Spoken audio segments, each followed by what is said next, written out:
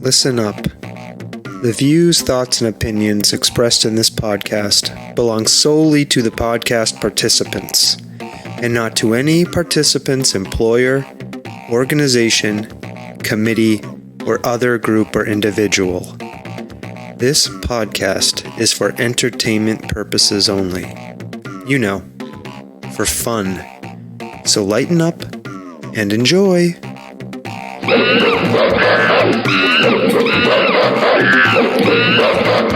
Stomping Jen.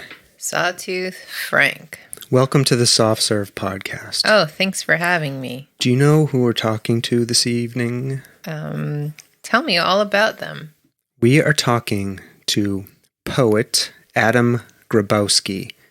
He is a two-time Pushcart nominee and the recipient of a 2020 Parent Writer Fellowship from the Martha's Vineyard Institute of Creative Writing. Yes. I got you. Yes. And I am excited to talk to Adam because he wrote us a poem. He did write us a poem. Yes. He wrote us more than one. Us, personally. More than one? Yes, two. Yes. And we're going to talk all about this and how it connects to his chapbook, which is out there now for sale, called Go On Bewilderment. So we're going to get into all of this. All right. Okay, I'm excited. That was a lot of words. I know, that's there. a longer intro Right. than I normally do. That was a very long. I'm feeling wordy tonight. That's right, because we have a poet. We're talking to a writer, a poet. And I hope he knows it. I think he might. All right. We're going to find out. All right. Okay, here we go. Bye.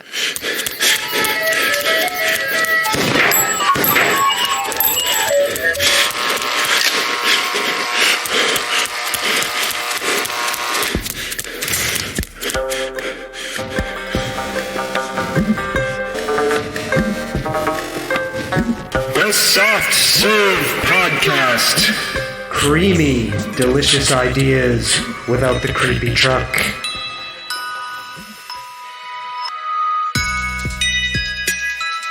Stomping Jen. Another intro and I'm singing again. I'm rhyming words. We're talking to a poet, Adam Grabowski. Hello. Welcome to the Soft Serve Podcast, Adam. Nice to have you here. Nice to be here. Thank you.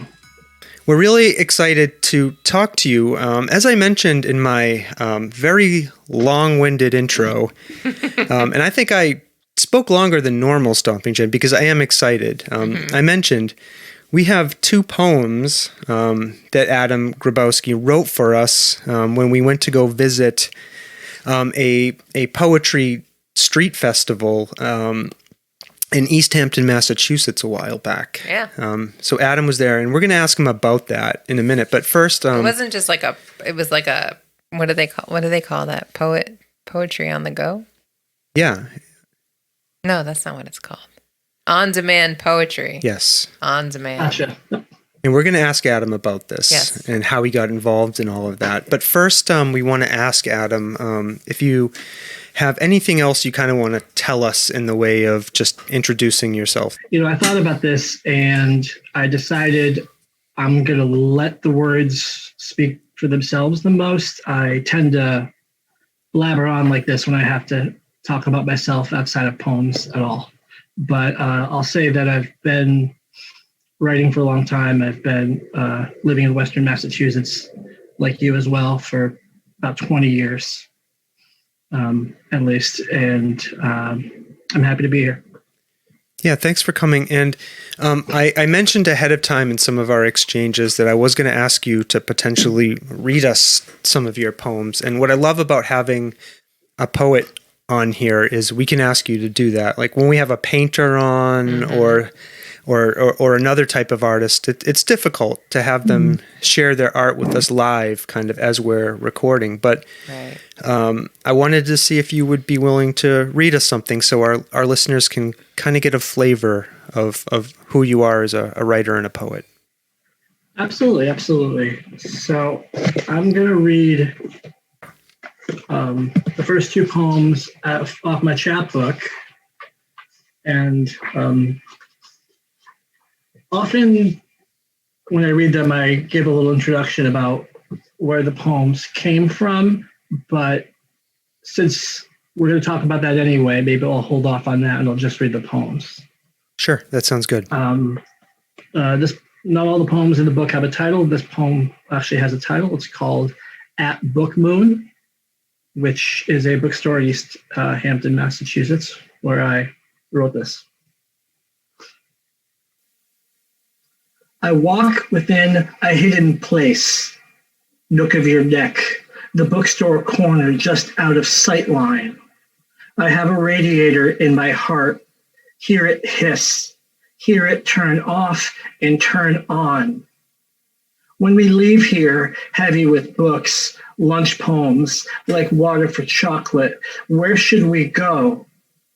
At what point will we know such a heat? Libraries ask us for quiet. It's the bookstores that get us talking. The second poem doesn't have a title outright, but the word from which the poem was born was celestial. So if pressed for a title, I'd say we'll go with that, celestial. And if this were a visual medium, which it's not, you'd see that in the book, certain words are emboldened. And I can explain why afterwards too. Poem now. That night I closed my eyes, though the sky turned black. No stars to this city, my love. The last time I held you, we looked up and I taught you the best of what I know, which is to say, I showed you light long dead, celestial bodies I cradled in my hands, my mind to give you. This is when I knew myself best, how to map myself, how to lead myself to you. Once, out on the ocean, the sky taught sailors how not to be lonely. I give myself my own way home. End scene. Thank you. Thank you for doing that. Not a problem. So I want to rewind a little bit. How did you start getting into poetry? When did you start writing? Oh, early. Probably in middle school. It's where I started my long love affair of avoiding homework and just not doing basically what I was told ever. And, the bedroom was a safe place for me often. And from middle school through high school, that's where I did pretty much all my writing. And, I was never taught what to do. There wasn't a lot of poetry in my grade school or middle school. Even in high school, it was not really wasn't really pushed. So I just wrote on my own. I got lucky enough. I was making chapbooks back then. I would make them and I'd hand them out to my friends and students. A teacher got a hold of it. And she recommended I try this place she'd heard about called Bread Loaf Young Writers Conference. And apparently I was way past the cutoff. Like it was starting in May or something, and I was reaching out in like April or March, and they're like, I reached out, and they're like, oh no, we're done with everything. We can't. I'm like, well, let me send you the poem. Maybe see, what do you think? And they said, fine, sure. And I sent it in, and it's weird how your life changes sometimes. They reached back and said, you're in, pack your bags. Huh. And I didn't really know that Bread Loaf was a thing. I didn't know it had any sort of anything. It was just a place with a weird title. And I got there, and there wasn't yet. This was 1997, 98. So there wasn't really like a subculture for teen poets yet. It was still kind of a bedroom style thing or a journal kind of thing. I'm really, it's good now that it's just with Louder Than a Bomb and Slam, and just in general, like poetry is a thing that you can do and be. It's an identity you can hold on to really early. Breadloaf was good at kind of instilling that in us when there was no other place or way to do it. And after I came back, I was 17, I pretty much knew what I wanted to do. Did you have to travel a long distance to get to this place, Breadloaf? Not that it was a long distance, but it was a journey. I was in Western Massachusetts, as always, and Breadloaf's in Vermont. So it was about a 3-hour drive maybe. But the drive itself is just magnificent. Yeah. And it's just a very green experience. And you go through, I think, some vague kind of national park. And what I remember about that more than anything was like hooking into a freeform radio, one of the last ones, and just hearing music I'd never heard before. And just, it was a wonderful experience. Yeah, and I can't help but notice you ended up later in your life at Vermont College of Fine Arts to do your Yes. MFA. Is that a coincidence? Yes. What's a weirder coincidence is that I went back to Breadloaf again exactly 10 years later. And exactly 10 years after that, I went back to Vermont again to get my degree. So it's a striking coincidence. Vermont just holds something for me. What is Breadloaf? I've never heard of this. Is it a festival? Oh, sorry. That's okay. It's it's a hoity-toity writers conference that it's just people want to go there, and it's hard to get in. Mm-hmm. And I got in once. I've not got in several other times after that. But I think when I was a kid and I went there, not knowing what it was probably extra important to me because I was really just some kid out there.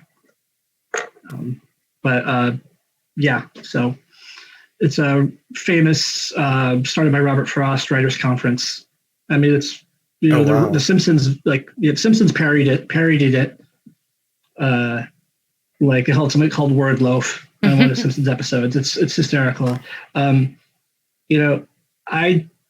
People have experiences that they talk about, and to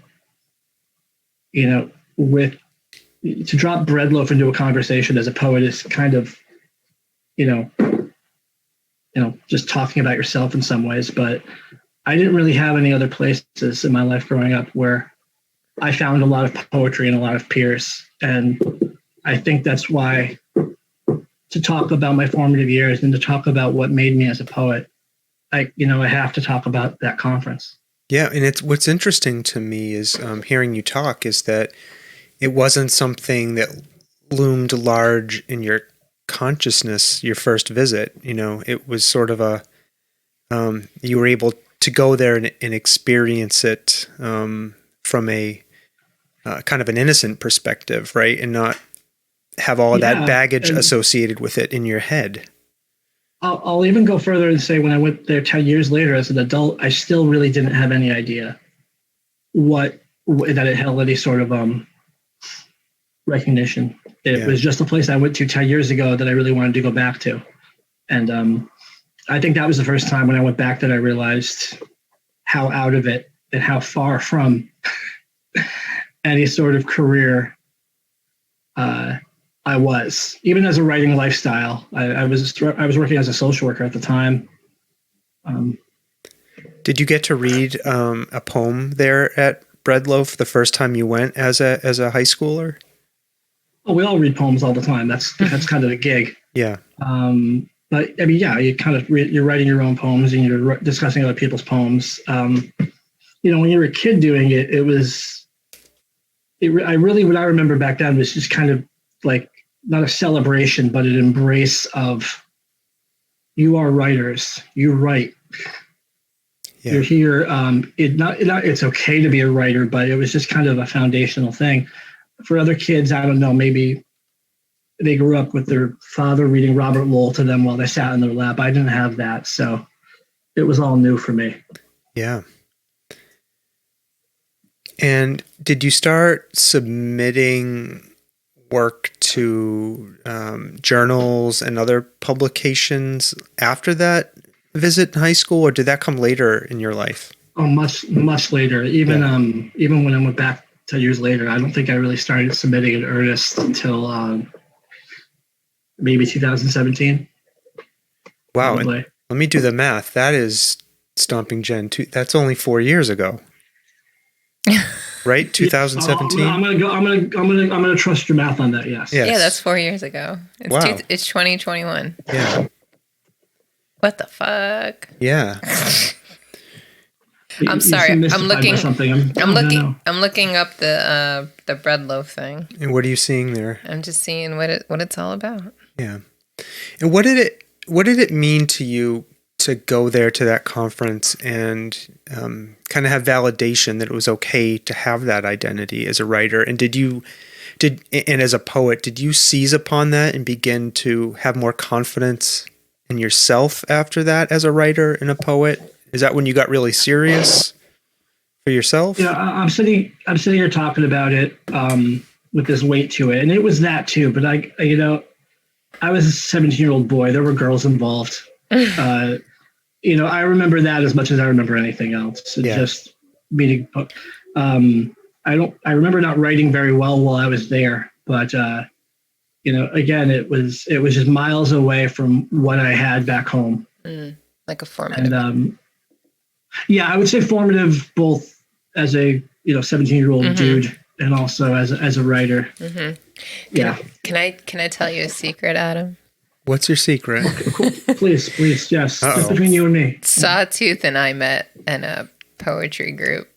That's true. In college. No way. Yeah. No way. Tell me everything. That's it. It's right. Yeah. Okay. I feel like we've told this story on the podcast before, but go ahead. We have told the podcast at much. We've told that story at much length on this podcast. We're not going to bore Adam with it. Yeah. Okay. But I was thinking. Yeah. About the first time I kind of stood up in front of a group of people and read a poem. Yeah. In Stomping Jen, that is when you realize the power of my brilliant mind, no doubt. Whether wait, flip that story around. By the way, what? I noticed you without the poetry. It took a poem to get you to notice me. But that's true. I did notice your brilliant mind when I heard your poem. But I guess what I wanted to go with is I've very much had a feeling of finding my people, right? Yeah. Of when I had this poem I had written prior to being in the poetry club and where I met you, Stomping Jen. I went there, I read it, and I just remember, people politely clapped like they often do at those things, but it wasn't that. It was just the feeling of community that I had found. Yeah. And that, wow, there's a place for me to take this stuff I've written and share it with somebody. Yeah. And I don't think it's any kind of surprise that out of the majority of our college friends, we still maintain friendships out of that group. Yeah. Out of that poetry Out of the club. poetry group, yeah. Yeah. I understand that very well. There's been a few open mic communities in my life that, these things are living organisms. Open mics come and they go, and their ecology changes all the time. But, right around that time, 16 to 17, I had also discovered the Fire and Water cafe in Northampton, Massachusetts. It was vegan, all vegan, like really earthy, Tony thing. And every Wednesday they had an open mic, and I stumbled into that too, completely randomly. And, that was another thing. I think it was started there, but I had no friends who came there or anything. It was completely, it was just me. But, there's a few times when you do find your people. Yeah. You really do. We might have seen you there. That was around the time we were in college. 2017? No, 97. Oh, no. 97. Oh, 97. Fire and Water was long gone in 2017. Oh, okay. Yeah. Okay. I was the kid shouting over everybody and trembling a lot, probably, and talking about air conditioners and stuff like that. Yeah, I mean that's an interesting thing because I've done so much public speaking now. I no longer get nervous, but when at the beginning, I would tremble. I would shake, and as you've gone along as a poet and somebody who reads your poetry out loud, has your nervousness abated any? Like in life? In the context of sharing your work and getting up in front of crowds. That's the only time I'm really ever comfortable with myself is when I'm reading. And right before I go up, I'm kind of a live wire. When I go down, I'm definitely a live wire. I tend to walk to the back of the room and not talk to anybody for a few minutes. I just got to shake it out. And the rest of the time, I'm just a ball of nerves. Yeah. And is that we talk a lot about flow state with the different artists we talk to on this podcast, and I'm curious when you're reading if you're in that kind of state of flow, you're not thinking too hard, you're just kind of immersed in the performative nature of your work. That's a great question. I personally try to avoid I've used the word perform, but I try to not think of it that way. As long as I can remember, the goal when I went up there was to find myself back, to get to a point where I remember why I wanted to write the poem and where I was when I was writing the poem. Because, so it's not an affectation, but so the flow comes from that. The flow comes from wanting to convey something good, something honest, I suppose, to the people whose time I've asked for. I know there's a lot of poets who see it the reverse, that it's their moment and the audience is just kind of, window dressing. I've always felt the reverse, that they're being generous to me, and so I owe it to them. So in that sense, it's not a performance. It's just kind of trying to honor the moment. Yeah, it's really interesting. Yeah. I'm just thinking back to the beginning of the podcast when you read the two poems. You had very different approaches to how you read those. I feel like you were in a different space kind of for each one of those poems. I mean, I have to be. Yeah. The thing about this book is that I don't think I wrote in my own real voice much. And that's why the poems are so different from the poems in my normal life, my day job poems. Because it's the poems I write outside of the context of the poetry on demand stuff. I'm kind of writing from a place of personal experience, personal perspective. I'm often writing about something that actually happened, at least at its root. So I have some responsibility to that thing that actually took place and its moment of inspiration. I can't just kind of make it up as I go along. It's not really how I work. At least the poem won't be good if I do that. I owe a lot more.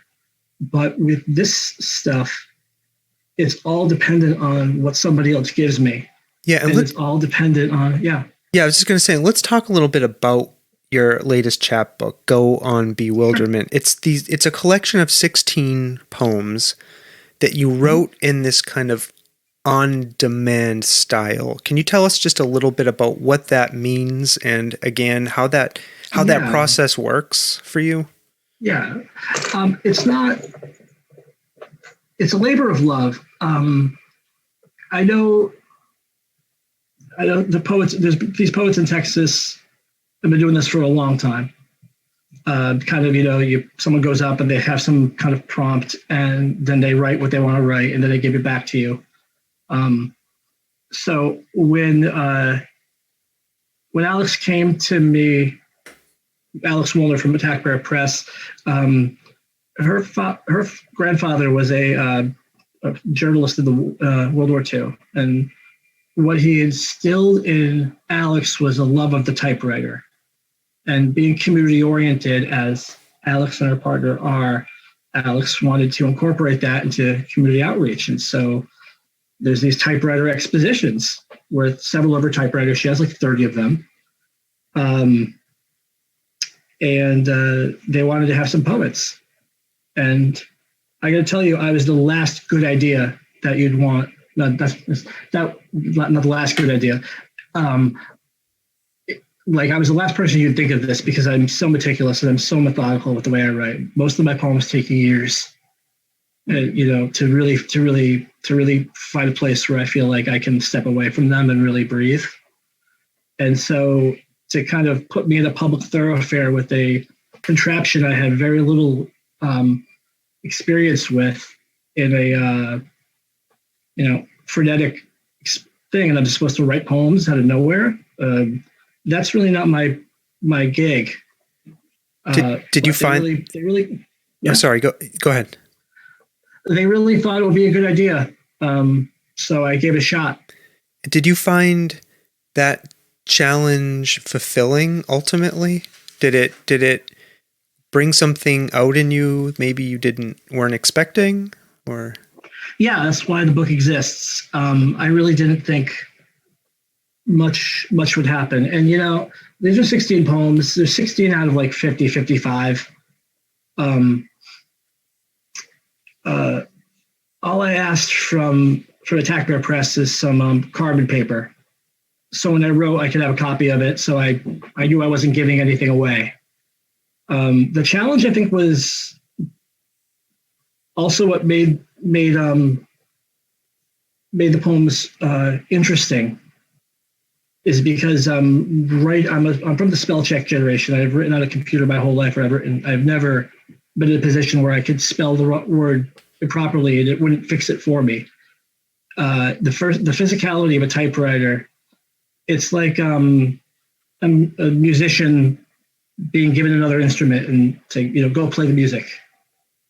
And I think the pressure of that, along with some other things I set for myself, limitations I set for myself, really produced something I'm relatively proud of, and that's a lot for me to say. And how did you select the 16 poems out of the 50 plus that you wrote? Was there something? Did they just talk to you in a certain way, or? They did talk to me. They said, "We're the best of these poems. Yeah. Please put us in that book." That's what they did. Yeah. But a narrative it's a lot more romantic than I expected it to be. Most of my poems are a lot more fraught and a lot more. I don't know if you could hear the jets flying in the background. We're close to an air base. Yeah.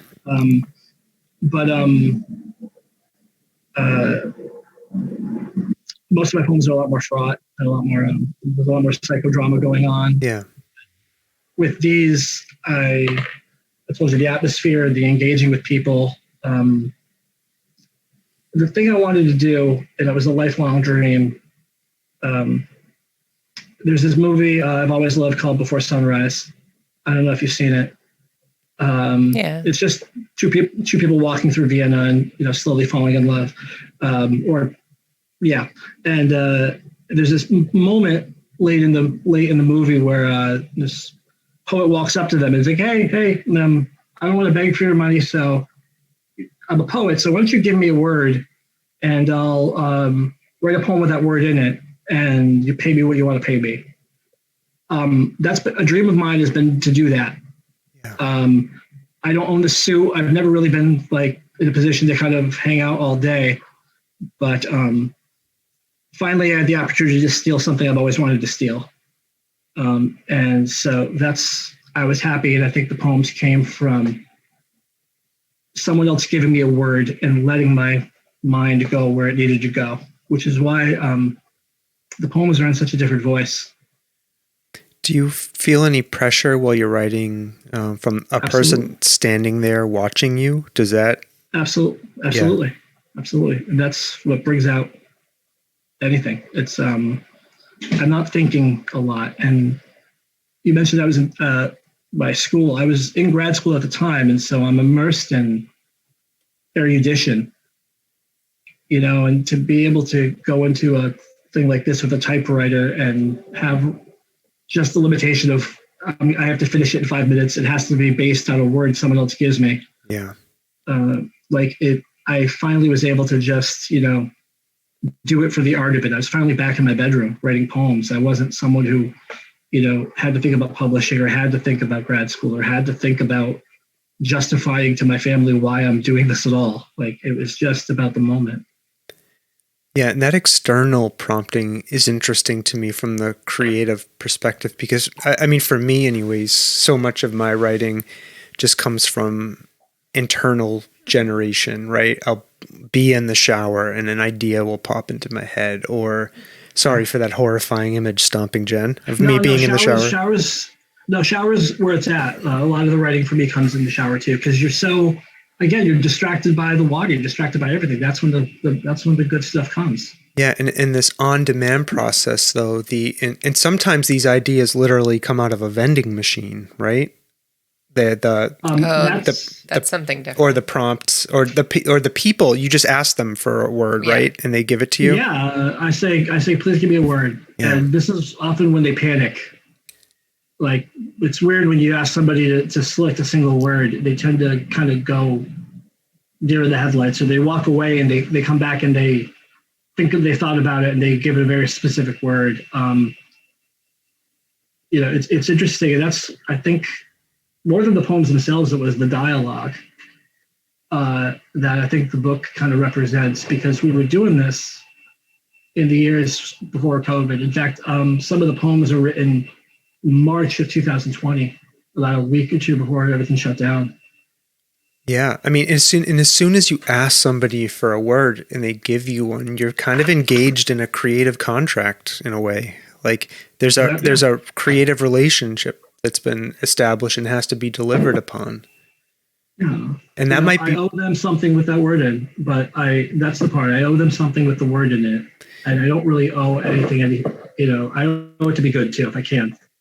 Other than that, I don't really owe myself anything else. And I was just reflecting, for some people like that, they may not know that that's what they're scared of, right? But that might be a scary or daunting idea for the person who's been tasked with giving the idea too. Like, honestly, Yeah, go ahead. Honestly, I think they just want to go on to the next booth. They've stumbled into something they've committed to for the next 10 minutes, 5 minutes. Some people really get into it. Other people, it's one of those things where it's America. When you're asked to select one single thing, you tend to have a panic attack. Yeah, I'm probably projecting, because I know I'd be like, I've got to give this poet this it's word. A lot of pressure. And I'm going to get something. And I'm looking at the poem, Adam, that you wrote for us on April 24th. And I don't know did one of our children give Adam the word? Yeah, I can tell you. Do you know which word it was? Yeah, so he bold the galaxy word. and asteroid. I remember. It was galaxy and asteroid. It was black holes. This one is black holes. Yes. Are you, could I honor you by reading this? I don't know if you'd honor me. The best part about this is I get to give it away and never see it again. I mean, but I don't remember what I wrote. But go ahead. I know when I write for children, I tend to kind of limit myself a little bit. Sure. But let's hear it. Okay. I'll cover my ears. Okay. Yeah. I'm gonna try to do my best. All right. You're gonna do great. Do you have any? I asked this of another poet, actually, who we talked to on this podcast before. Do you have any advice for reading a poem that you give people?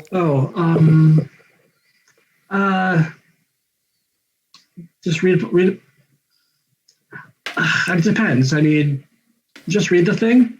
Okay. Where you want to go. I mean, there's stuff that tells you what you're supposed to do, I suppose. But at this point, there's no hard and fast rule how to do it. All right. Especially the poems I write here. So you just do it. You're going to do a great job. I know you will. Okay. I'm going to do my best. I'm just going to read it, Stomping Jen. Okay.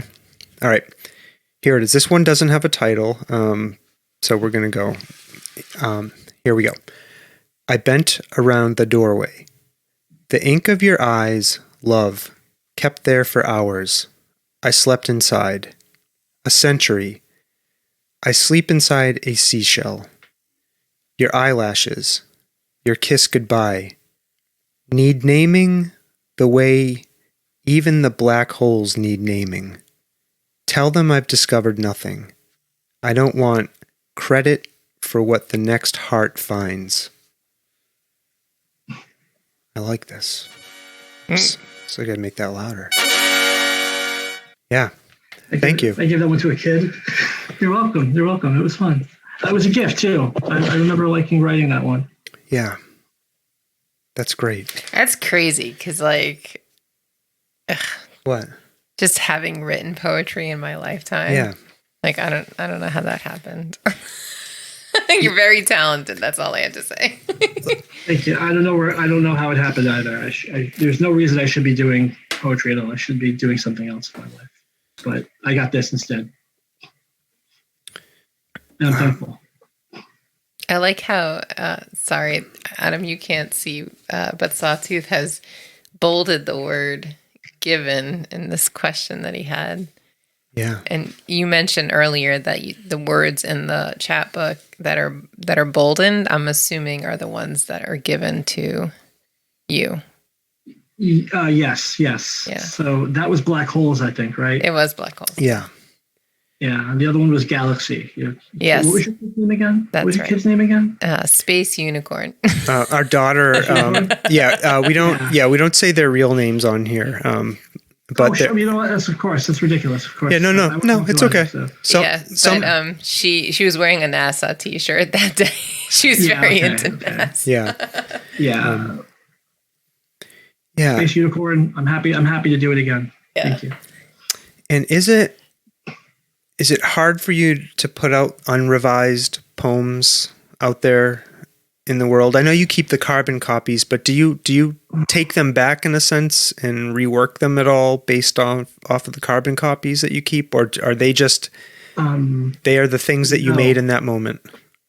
No, I think no, that's why nothing in the book is been revised. Everything was done within 5 to 6 minutes, and it's on the page exactly the way it went out. I thought that to rework it would be to kind of ruin the whole point. Mm-hmm.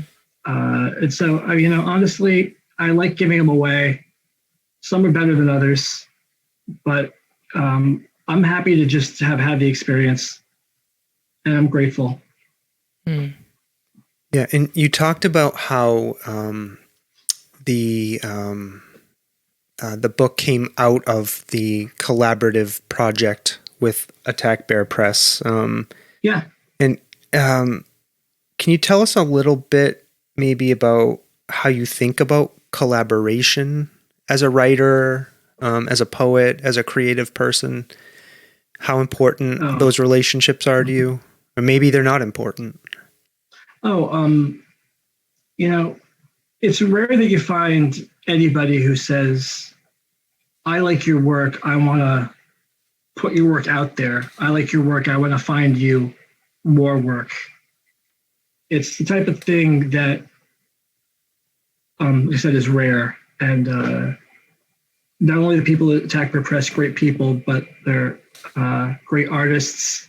And I met them through open mics.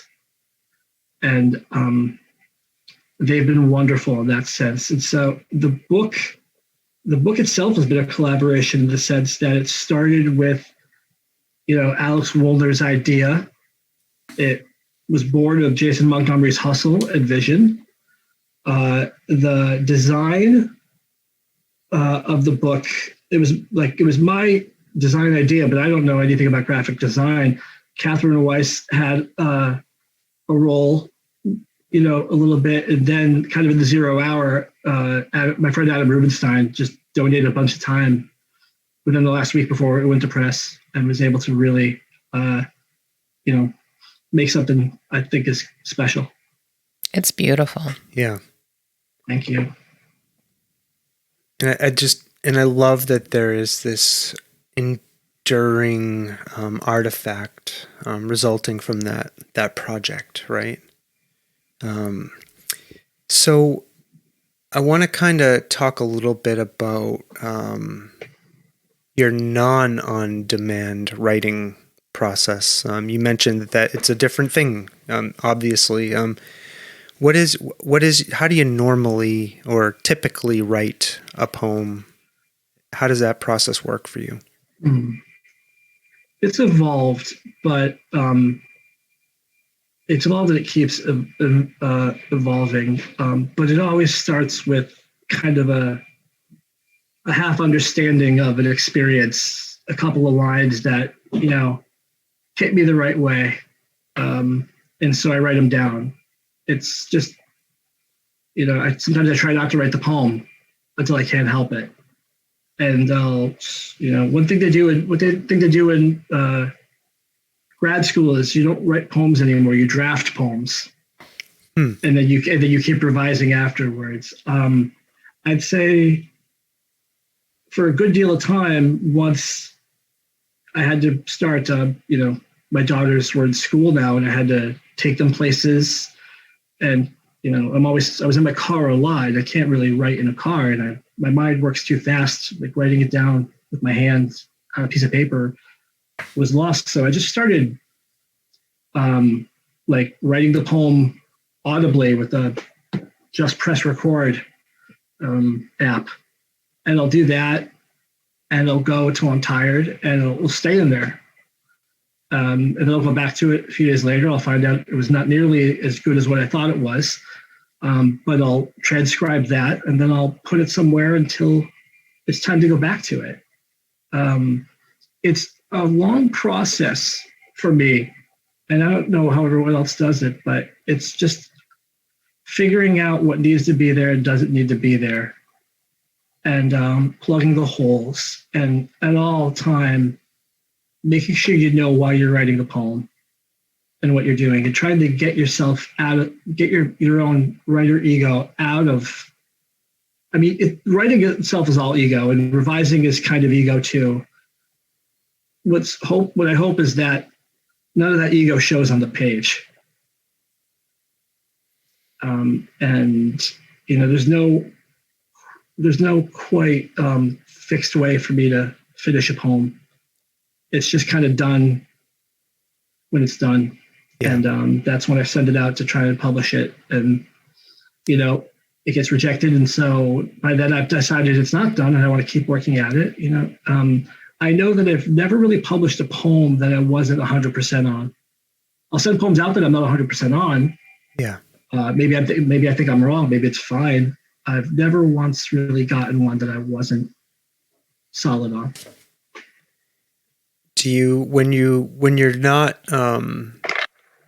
dictating into the phone or after you've done that, do you tend to work on a computer? Do you like to do pen or pencil on paper first? Do you have a preference for the medium for getting the ideas out and starting to work with them?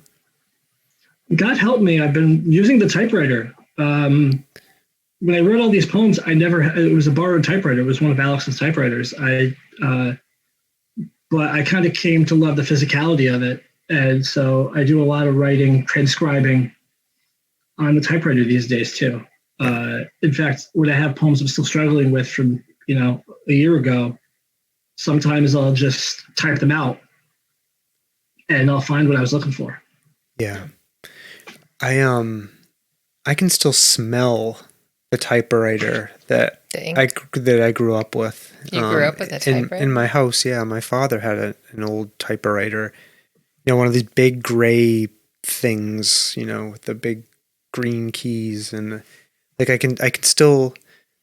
It's like a visceral experience opening the case, smelling the metal and the oil, and like I used to love pecking away on it myself. Yeah. There's a poet I love named James Galvin, and he before I had a typewriter, I think I was doing the stuff with Attack Bear at that point, but I was listening to an interview with him. I went to a low residency program. It wasn't residential. I wasn't at the school. So that time it's low res. So I go there to the college for about 11 straight days. It's like a third of a semester in 11 days. And then I go back to my house, and then I correspond with one of the faculty back and forth for the next 4 or 5 months. And then I go back to the school. Yeah. So what you miss in all of that is that kind of walking with the professor from class, and kind of immersive thing. So I wanted that anyway. So I tried to just immerse myself in as much audio and video of the poets I was reading and anything I could. Podcasts specifically, I listen to a lot of, but in all my travels, James Galvin said this. He says, when I type on a computer, I don't know where anything goes. I press a key and something just shows up on a screen, but I can't really follow it. But with the typewriter, you press J and you hear the hammer go J. You've made something. And, that might be a little esoteric, but I can speak to the difference. Yeah. I mean, no, there's something, I'm just trying to think to myself, I've done a little bit of cartooning in my time, here and there. And I always prefer to draw pen to paper, right? Like actual ink pen on paper as I'm going, right? Mm-hmm. And when I do a cartoon, I never know, this is just my own process. I never know how I'm starting, right? But I love something about the riskiness of putting the pen on the paper and not being able to erase it and just going with whatever comes out of my mind. It's not how I write poems or do other types of writing. Like I'm okay doing that on a computer, but there's something about, for me, when I'm creating drawings, I have to have that risk of permanence. And I don't know if that... But you draw in pencil sometimes. Not anymore. No, I rarely do that. I don't know if that is it all at play for you when you're doing typewriter work, or? Absolutely. It is in general with poetry across the board. I've irritated friends, and I've probably irritated workshop students when I have them, because I talk about risk in poetry as essential. Every poem, I kind of feel like every poem should have some level of risk in it, like risk in subject matter, risk in approach, and maybe more importantly, like personal risk, stuff that might necessarily show up in the poem, but there's risk to it, and it kind of transmits into the poem somehow. But yeah, risk is huge for me, and I think the poems here, I was able to finally kind of safely embrace that.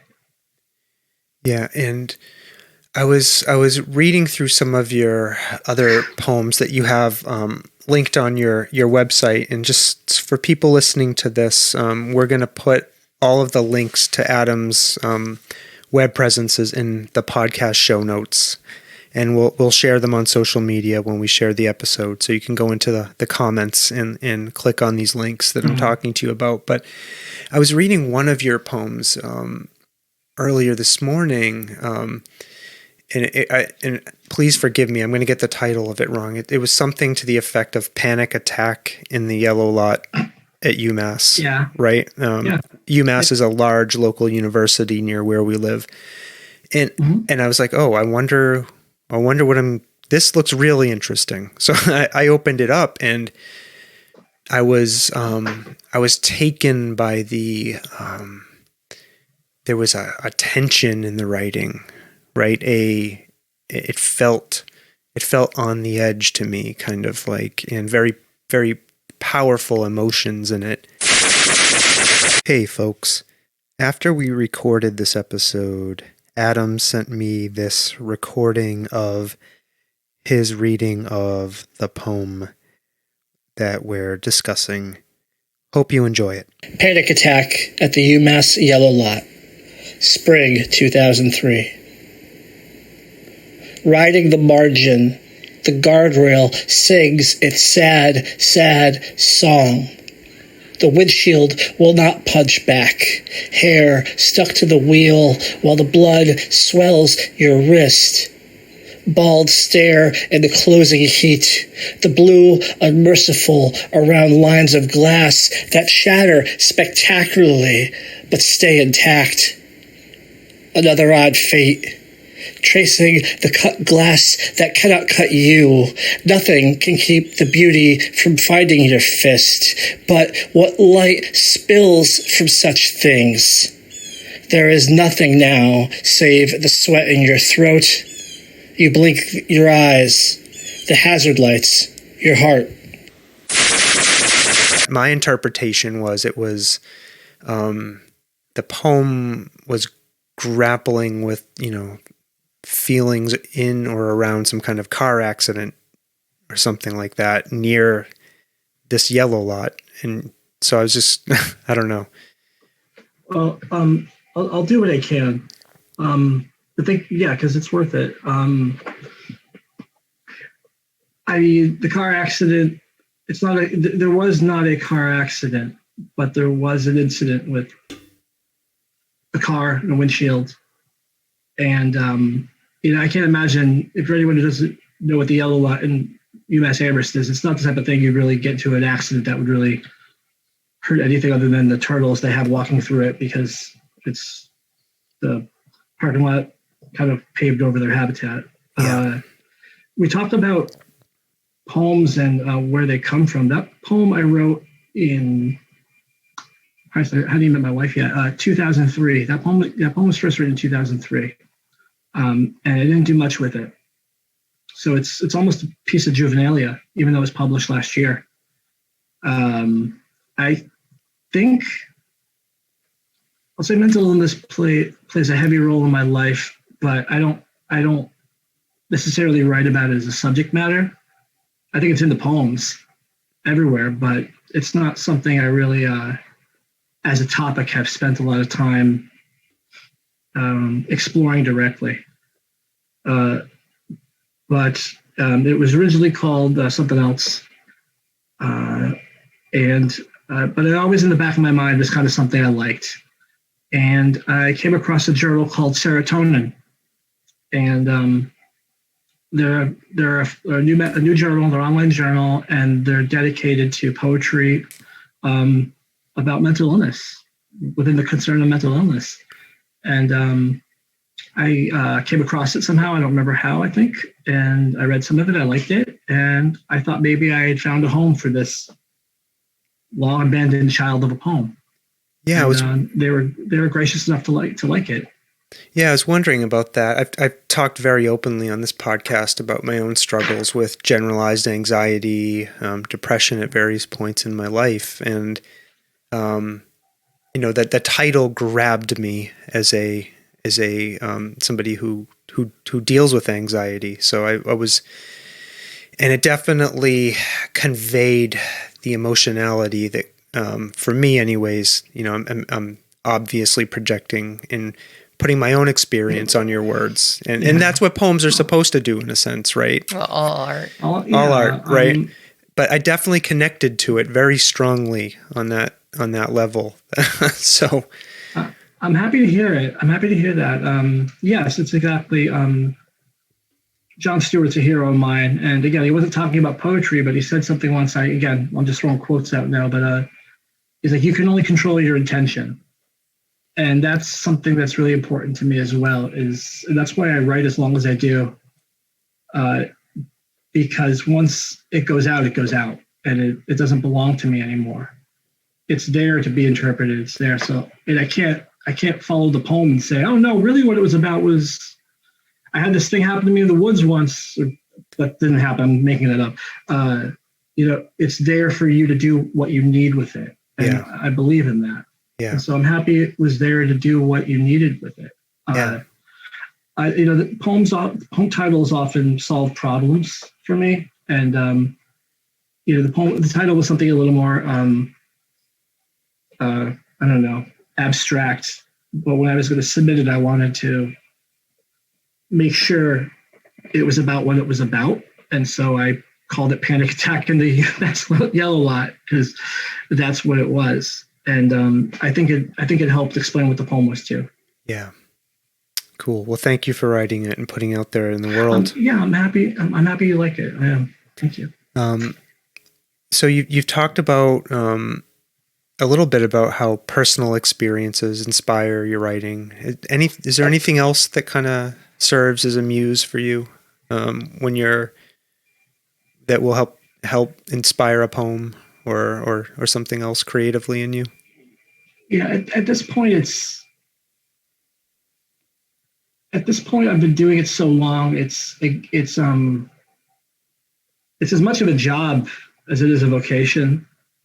I don't really have any illusions about poetry being some Dionysian thing that is only there to celebrate and be read at weddings and funerals. I'm a writer. I write.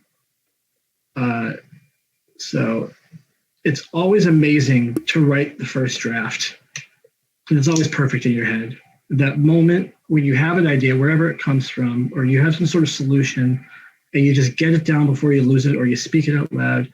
I live for that. It lasts about 5 minutes, and then I walk away from it. And I know when I come back to it, it's going to be a different poem than what it felt like it was. And that's when you kind of start over, because revising is a different kind of writing. Mm-hmm. It's you kind of gotta let yourself go and meditate on it a bit, and just kind of now you have to listen to what the poem wants, even if you don't want it to want that. What inspires me more than anything is reading poetry. There's an adage, you have to read to write. I really believe in that. If I'm not reading, I'm not writing. You hear a lot of great writers say that. I know he's a bit in the pop culture mainstream, but that has been a constant refrain of Stephen King, right? It's like I read as much as I write, or more. I'm always reading. That's like what he says, and he says, in order to be a great writer, you have to read. Yeah, and I want to backtrack a little bit because I think it came off sounding prescriptive. If I don't want to write, I don't read poetry.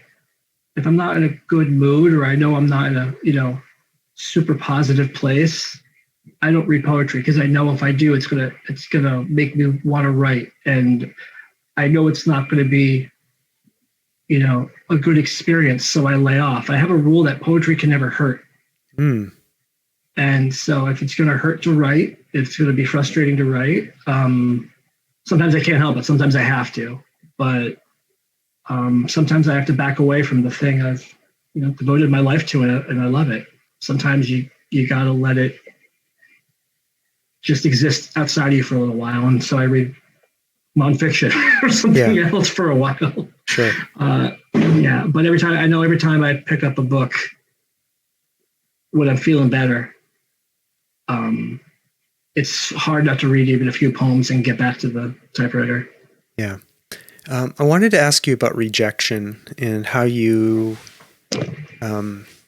dealt with that over the years, and if your approach to dealing with rejection has been informed by years of experience, and what you have to say about it. I'm lucky in the sense that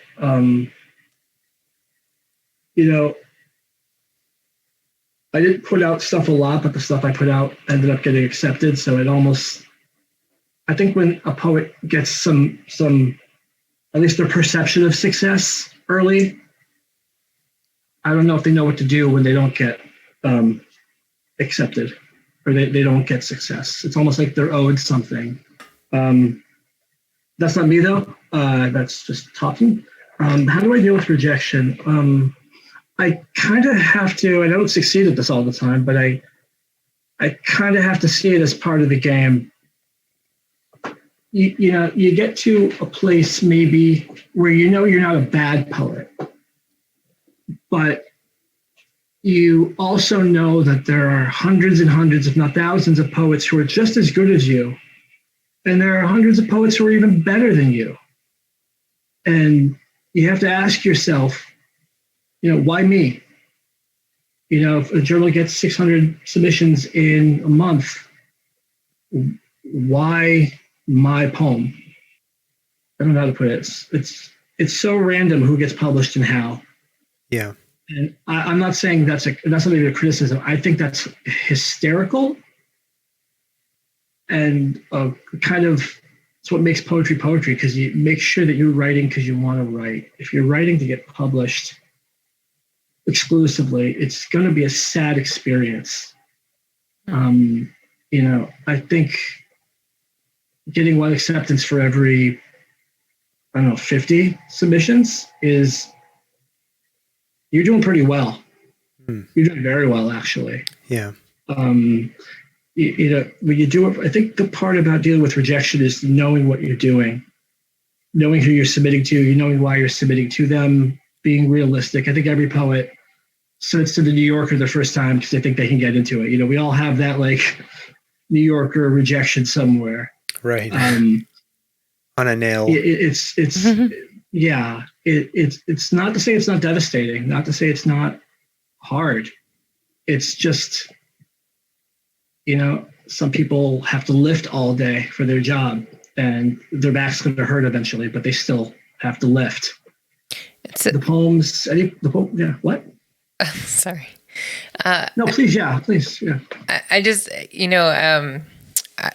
although we have met in a poetry club, I have not written poetry in many, many years and never pursued it really outside of college. But it struck me when you were talking about the panic attack poem and how the journal that you submitted it to deals with mental health issues. And I never, I don't read poetry journals, or, I don't know much about them, but it struck me oh, that totally makes sense. If there's a journal out there that has a thematic, target to it, to make sure that the poem that you're submitting to that journal sort of fits that theme or that general tone that they're looking for.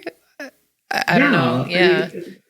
People, readers and editors, they can tell this is someone who's just submitting to us because they've heard of us. Right. Exactly. When I submit, I look at the editors, I look at what they're writing. I actually look at the readers a lot too.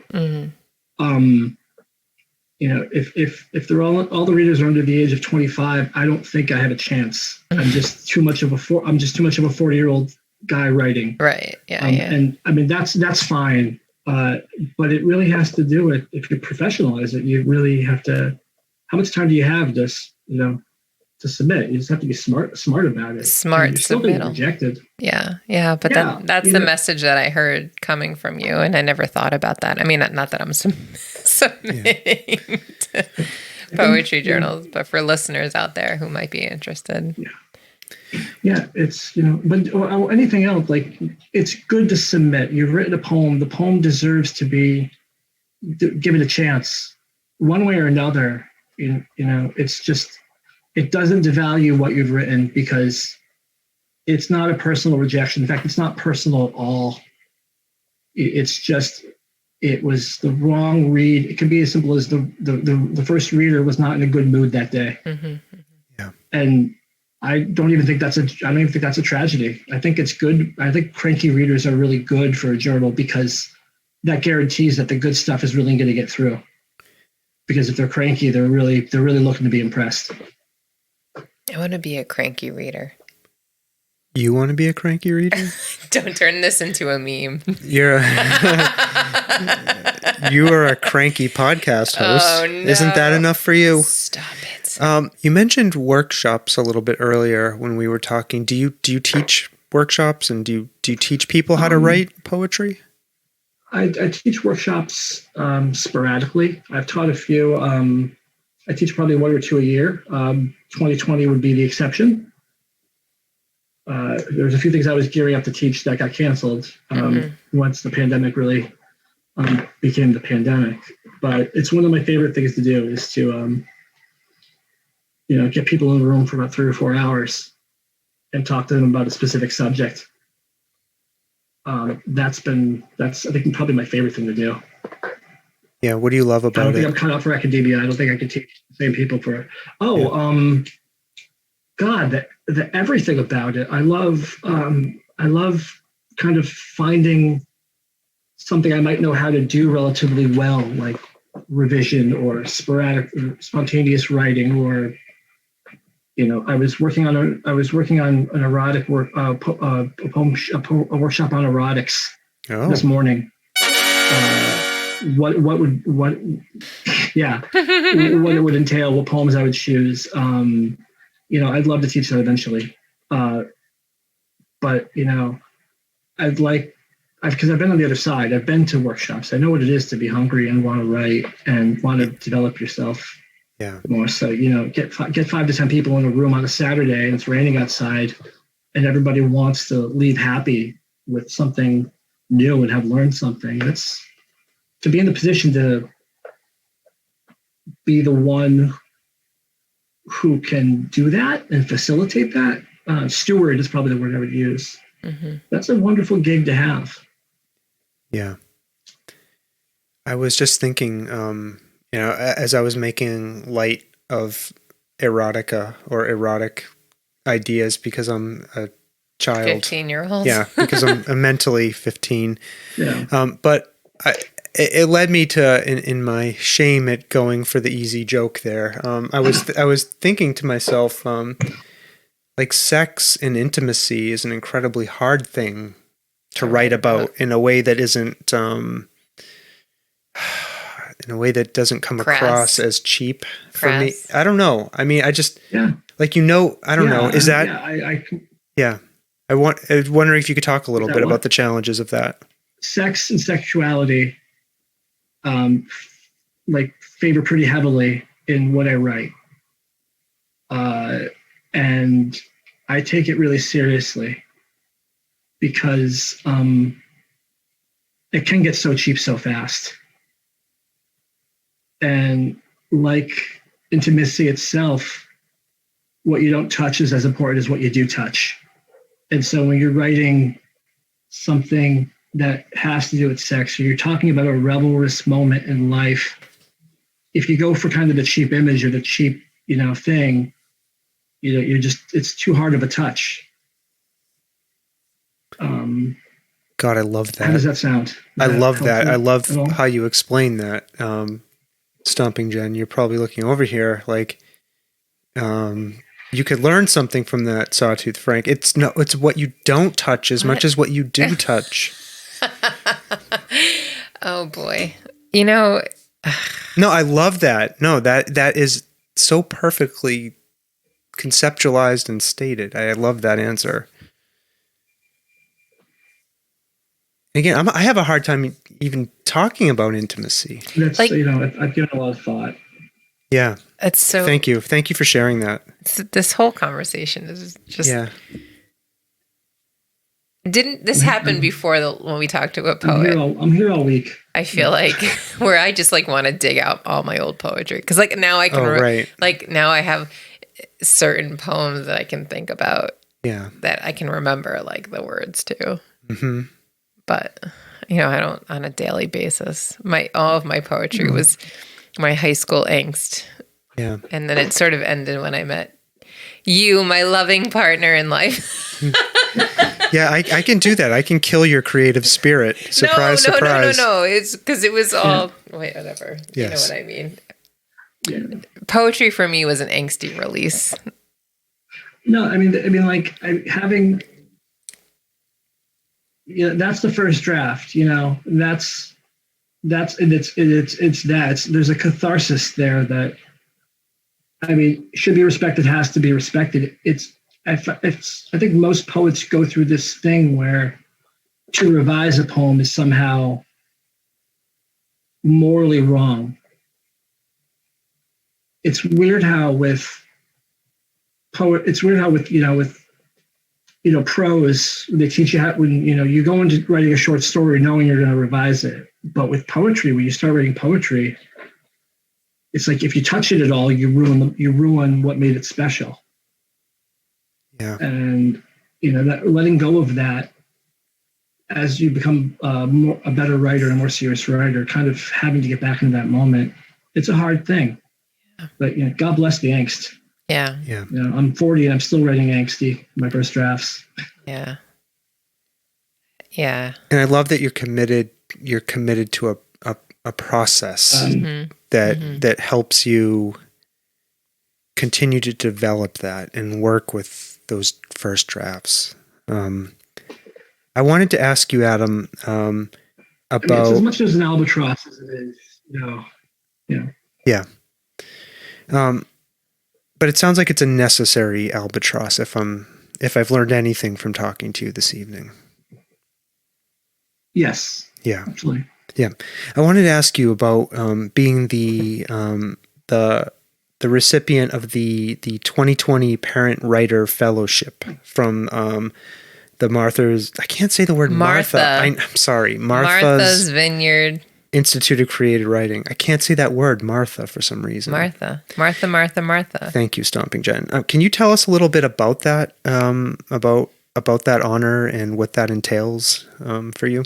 It's a fellowship. Yep. So that just means I get to go to the conference for free. Sorry. And maybe they're nice. Yeah, I mean, maybe they're nicer to you too. I'm not sure, but I don't get those a lot. So it was, and this is a parent writer one. So Jen, this goes back to kind of like, like find the things that you think are looking for you. And writer parent is something that I think I am. Mm-hmm. And so I think I had just finished grad school, and I saw it and I submitted it and they chose it. It's a poem it's the poem that they based the poem that they liked that gave me the fellowship was a poem called The Plan that I wrote for gun violence awareness. It's a poem that seems to have done well. People tend to like a lot. And so I was happy that it was able to get me a fellowship. And I was supposed to go last year in June to be on Martha's Vineyard, away from the family who I drive crazy, writing poems and listening to poems and the ocean in my ears, and COVID. So they pushed it off for a year. I'm actually going to go to it. I have the conference, I think in a few weeks via Zoom. So I will be in my hot office. Oh man. In the conference. Seriously, but I'm sure the view is not going to be nearly as majestic, but any chance you have to be around poetry and a conversation is a good thing. And I'm happy to meet with the person who selected me. I'm looking forward to being with a couple of the poets I know by name. I'm going to have a lot of fun. Awesome. What are you working on now? What am I working on now? Getting back into understanding what the outside world is and what my place is in it. That's a pretty big deal. Is that reflecting itself in your poetry? Yeah, it actually is. That's a great. Thank you for saying that. That's exactly what I'm doing. I've been writing about. I think I've been writing a lot about. I wouldn't call it the erotics, but I would call a lot of moment that has a lot of interpersonal man-woman stuff. Specifically as my life, and a lot of parenting, fatherhood stuff, a lot of just trying to handle masculinity in a way that doesn't simultaneously crush you and I don't know, define you. And that's been something I've been writing about for a long time. I think the past year, it's found me writing a lot more about what was behind all that. There's a lot of wound I didn't even know I had. That's, and those poems are a long way away from being ready. But I'm excited to see what the heck happens to them. Yeah. Do you see them possibly being in some kind of, couple of years from now or whatever it is, some kind of COVID collection or something, from this period? I think I have a COVID poem that I wrote that won't ever see the light of day because there's too many COVID collections at this point. I know I had my first piece of ephemera was published from Catherine Weiss's new journal, Night Coffee. And that was great, but that was like a piece of paper. That was like a thing I typed out on a back of a while you were out slip. But it did have something to do with COVID. And it was one of those things that if I tried to touch it, if I tried to do anything with it, it would have fallen apart in my hands.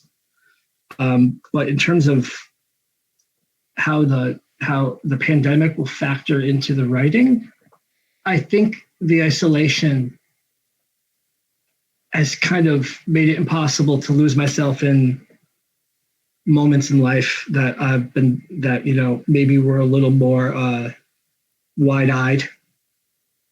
I've had to kind of deal with, growing up, and there's some legacy to that. And I can't believe I never wrote about it before. Yeah. And I'm happy to be getting it out. I don't know what's going to come of it. Some of it might be good. Some of it might not be not so good. But I'm happy that it's finally out of me. Yeah. What I've been doing outside of poetry, there's a couple of essays I've been playing with.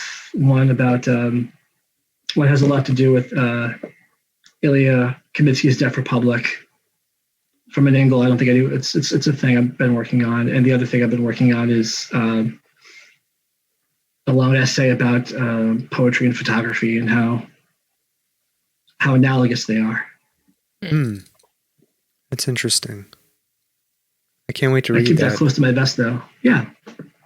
I'll send it to you. You know what we're going to do? When you publish that essay, we're going to have you back on with a photographer, and we're going to have a conversation about that. Stomping Jen, write that. Great idea. Write that down, please. It's recorded for posterity. Oh, right. It's recorded here. Silly me. Yeah. Anything else that you want to talk to us about? Was there anything you were absolutely dying to make sure we covered before we go into our final kind of non-writing related questions for you? I want to say, I guess no. I think you said you wanted me to read a poem again or something like that before it was done on the way up. But other than that, I think this has been a really wonderful conversation to have. Thanks. We love talking to you. I've said this over and over again. I can talk to artists and creatives endlessly. Like you all have so much. Inspiring. You all have so much to offer to us all. So thank you for spending the time with us. And I want you to try to focus on non-writing type of stuff when you answer this question. I'm looking for a non-writing type of answer. What do you like to do for fun when you're not working? How do you decompress? What do you do that's not related to writing to kind of connect with yourself? I have a lot of potted plants and vegetables that I like to tend to. I like to drive, and one thing I've been able to do is I just kind of make mixes on Spotify like I used to when I was a teenager. And I happen to enjoy that a lot. It's a very guy in his 40s thing to do. I'm guilty of. But I'd say that in movies, and really just spending time with my wife and doing what I can to make the children good, honorable people who will be prepared for the life. Yeah, those are all great things to do. So, all right, this question we love to ask people, and you can interpret it any way you want. Literally, it's not meant to be a setup. What have you experienced that you can't explain or have a hard time explaining? I think there's something about being near running water, particularly small rivers or streams that I have really no interest in writing about or really truly articulating. There's something about being in the middle of a stream with my feet in it particularly, and especially after it's rained or during the raining, that it's so profoundly human, but I have no real interest in making it into art. Thank you for sharing that. Thank you. Thank you. Thank you. That was a stressful question. Sorry. I'm joking. No, it wasn't that stressful. It was good to come up with an answer. We have got. I'll give you one of these. That was a great answer. We've had folks who flat out just can't answer the question sometimes when we ask it, and that's okay. I'm just curious. That's a great question. I was struck by something when you talked about the stream and the running water and the humanness of it, and it flashed an image from a book that I dearly loved, or that I still love in my mind. It's Cormac McCarthy's The Road. I don't know if you've read it. Twice. Yeah. The end of the very end of that book. You're giving away the spoilers. Oh, can I give a spoiler? For too long. No, you go ahead and do that. It's been like 15 years. No, they should have read it by now. Yeah, Is that what you're saying? Yeah, it's their own fault. The end of the book, which is A dystopian future. kind of this dystopian environmental wreckage type of situation, ends with the scene of a stream deep in a forest. Right, like a fish in it, right? And no, not quite. It evokes the images of it. The fish might be there. You never really know, but it's about the elemental kind of humanness and the elemental life bringing of the stream and the river and the possibilities, right, that lie ahead because of the stream deep in the forest. I don't know. That's the image that popped in my mind when you described it. It's weird that that's what sticks out to you, because I've read it twice, and I really, what I remember about the book that I think that speaks to what you're talking about is I remember, now we're really going to give it away. The way they kept having to say, like, we're going to be fine, I think, because we're carrying the fire. Carrying the light, yeah. Right. The kid had to say, we're carrying the fire. And the kid, I'm sure that kid didn't quite understand what that meant, but, even with the sentimental stuff on the end where he's going to say to his son, I'll always be with you. Yeah. And then that's the end of him. And the kid just walks around for a while, and then like another family shows up. Yeah. And like it's not really tender, because they've been following for a while, and they kind of had a hunch of he's like, kid, I'm here to take you with me. And he's like, no. He's like, look, kid, like, there was a lot of discussion whether I should or not. So I'm here. Like, you should come. He's like, are you one of the bad people? I was like, no. Right. And for me, it speaks to the same thing, I think, unless I have you wrong, where there's a continuation in that way too. Yeah. Like, because there's no real resolution other than the life just keeps moving. They keep walking. The road keeps going. That's right. And the ocean. It is a mystery about whether or not those people really were good people, right? But the kid had to take a chance. He at least had to take a chance on hope, right? But we never know. It's played by Guy Pearce in the movie. I have faith in Guy Pearce, and I have a hunch that it's going to be fine. But I think it's the decision to reach out. Yeah. When there's such a scarcity. Yeah. It's a cool thing. It's a good thing. It's not the type of book you read twice. I don't know why, but it's just it's a gorgeous novel. It is. It says something about me. I've read it about 5 times, and I have an entire arm sleeve tattooed with imagery from the book. My goodness. So you know what? Yeah. I take it all back. You got the river thing right. Don't worry about it. You're the expert now on the road. No, but I'm not going to get into a Bible contest with a nun. Thanks for your thoughts on that. I really appreciate it. No. All right. We said we're gonna go out on a poem from a final poem from Adam Grabowski. And I'm going to encourage everybody listening to this. We're going to say our goodbyes now, and then Adam's going to read his poem, and I'm going to hit I'm gonna hit the music. Outro. Yeah.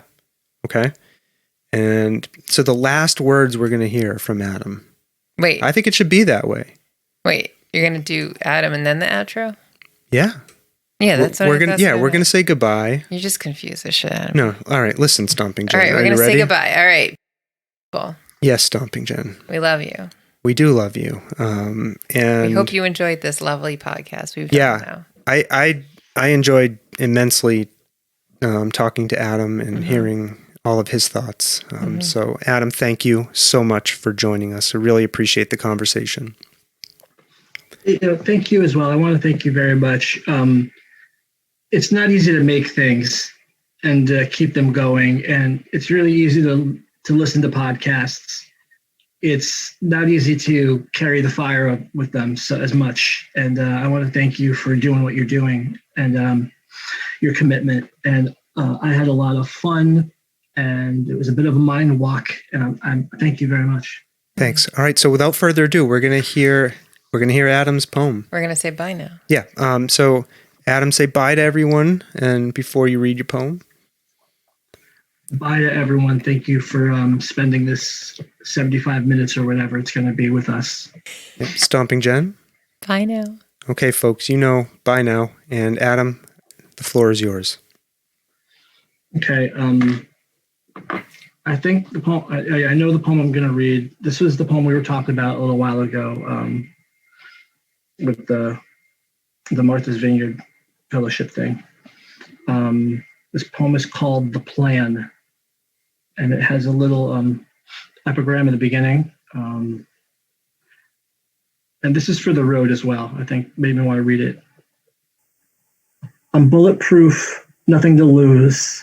Fire away, fire away. Titanium.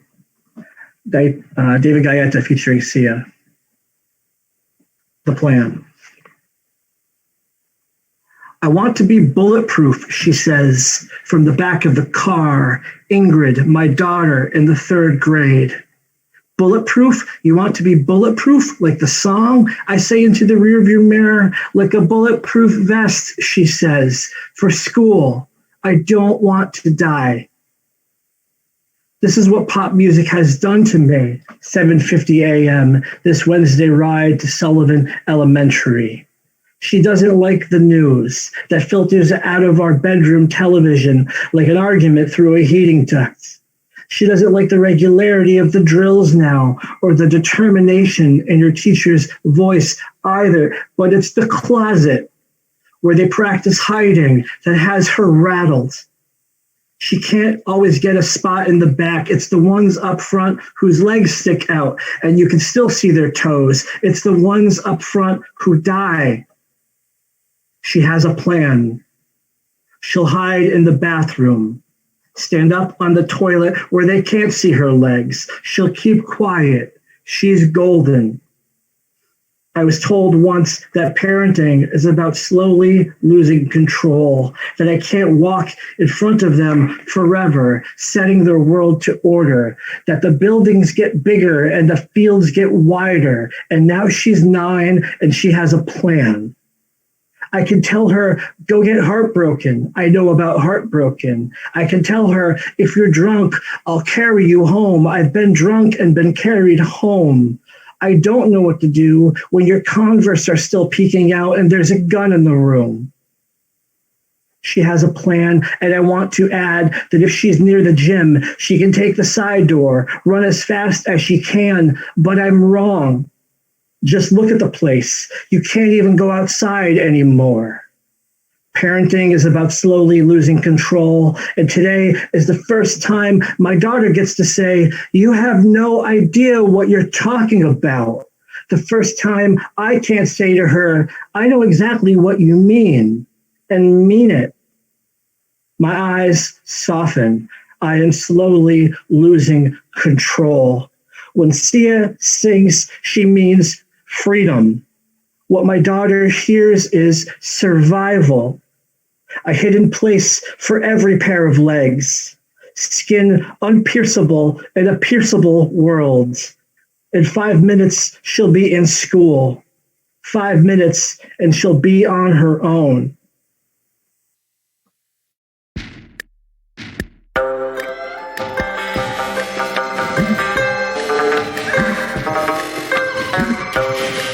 this world of ours, ever growing smaller, must avoid becoming a community of dreadful fear and hate. Those who have freedom will understand also its heavy responsibility. That all who are insensitive to the needs of others will learn charity, and that the sources, scourges of poverty, disease, and ignorance will be made disappear from the earth. And that in the goodness of time, all peoples will come to live together in a peace guaranteed by the binding force of mutual respect and love. I shall never cease to do what little I can to help the world advance along that road.